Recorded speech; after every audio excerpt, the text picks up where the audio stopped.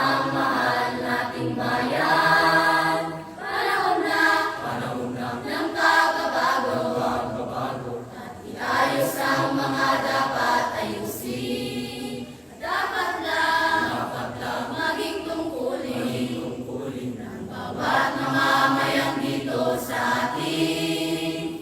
Gawin ang pagbabago patungo sa pag-asenso, magsikap na mabuti at nang guminawa tayo. Ipagmalaki natin sa mundo at ipamalas ang bagong Pilipino at bagong Pilipinas. Panahon na ng pagbabago. Iingin natin ang sarili natin. Tama lang na ugaliin kaysa sa iba sa atin na munahin. Panahon na ng pagbabago.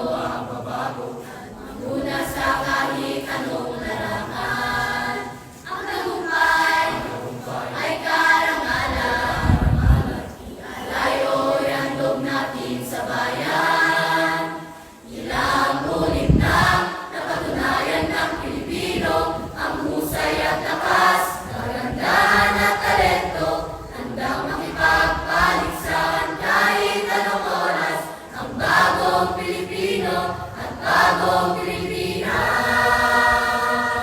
Panahon na ng pagbabago. Buhay natin ay gawing maaliwalas. Marami ang magandang bukas.